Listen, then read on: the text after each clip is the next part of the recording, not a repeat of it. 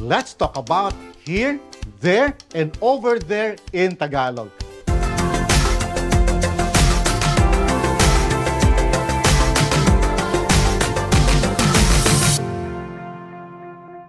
Kumusta po kayo? Welcome back. We are continuing our discussion on the Tagalog demonstrative pronouns or panghalip pamatlig. In this video, we begin to talk about the third category, the oblique demonstrative pronouns. You should know by now that there are 6 categories of demonstrative pronouns in Tagalog, as you can see on the table. If not, I encourage you to see parts 1 to 6 of this series to get you up to speed. The links are in the description box down below. Oblique demonstrative pronouns are the equivalent of the English here, there, and over there. In Tagalog, we have 2 versions of each. DITÓ, RITÓ, DIYÁN, RIYÁN, and DOÓN, ROÓN. Why do we have 2 versions? I'll talk about that in a bit. Now, it's important to know that there are several instances when to use the oblique demonstrative pronouns. These are, number 1, when pointing out where the action is taking place. Number 2, when pointing out a location. Number 3, when pointing out where someone is being asked to move. And number 4, when pointing out where an object is being asked to be moved. Let's discuss each instances of using the oblique demonstrative pronouns DITÓ, RITÓ, DIYÁN, RIYÁN, and DOÓN, ROÓN in simple sample sentences. But before that, please be sure that you are subscribed if you're still not by simply clicking on the subscribe button and the bell notification button so you'll be updated of new videos. Alright, on to our lesson. Let's begin with the first instance, when pointing out where the action is taking place. Here are our simple sample sentences using the demonstrative pronouns plus subject plus verb pattern. Let's have a look. Dito ako nakatira. Here is where I live, or I live here. Diyan ka nakatira. There is where you live, or you live there. Doon siya nakatira. Over there is where he or she lives, or he or she lives over there. Dito kami nag-aaral. Here is where we study, or we study here. Diyan kayo nag-aaral. There is where you all study, or you all study there. Doon sila nag-aaral. Over there is where they study, or they study over there.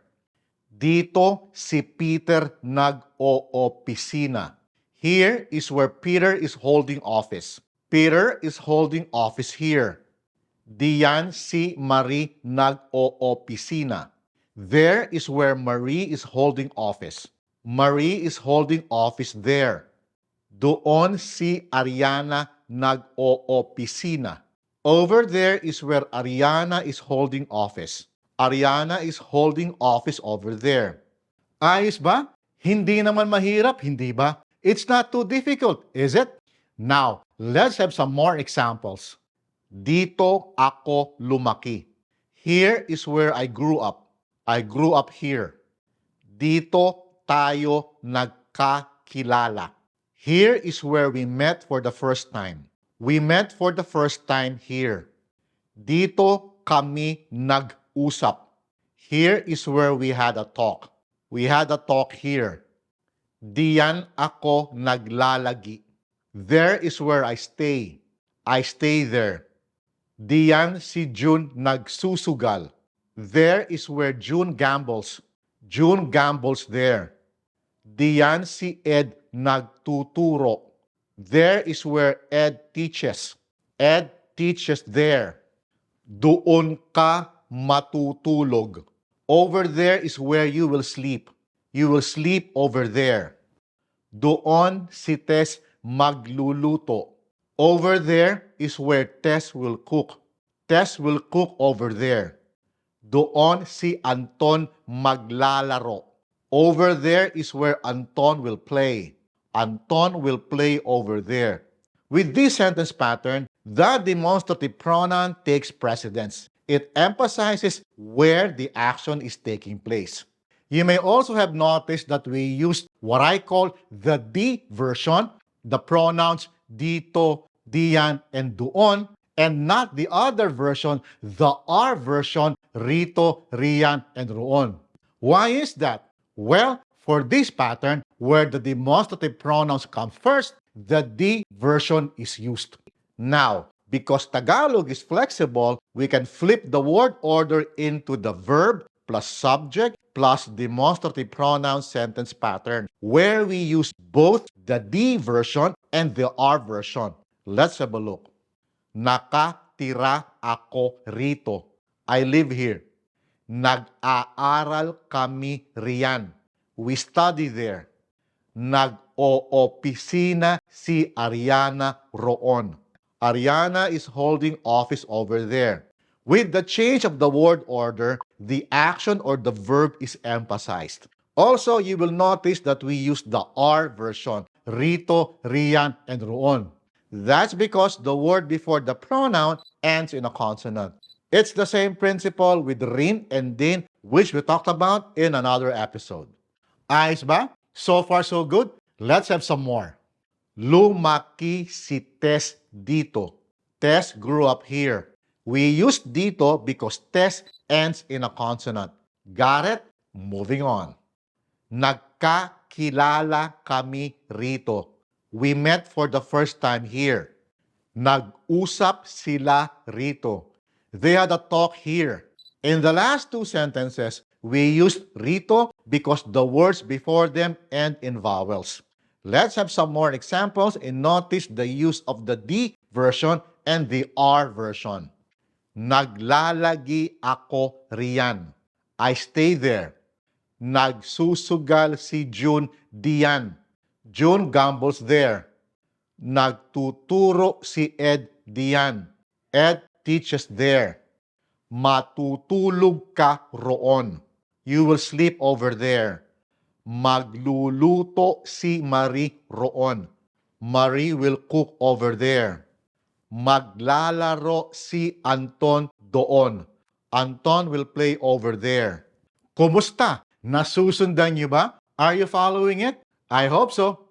And if you're liking this video so far, please don't forget to click on the like button because that will help this video and this channel to be recommended to more people, thus helping this channel grow. All right, moving on. Now, let's move on to the second instance when to use the oblique demonstrative pronoun when pointing out a location.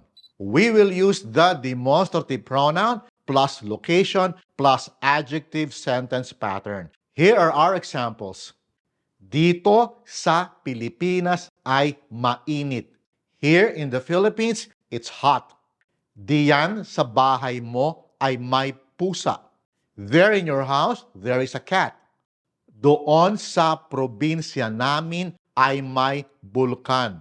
Over there in our province, there is a volcano. With this pattern, the emphasis is on the demonstrative pronoun dito, diyan, and doon, which makes the sentences declarative, like dito, here, and not in any other place. Diyan, there, and not in any other place. Doon, over there, and not in any other place. Got it? We can also flip the word order into the adjective plus demonstrative pronoun plus location pattern, which makes the sentence a little bit casual. Here are some examples.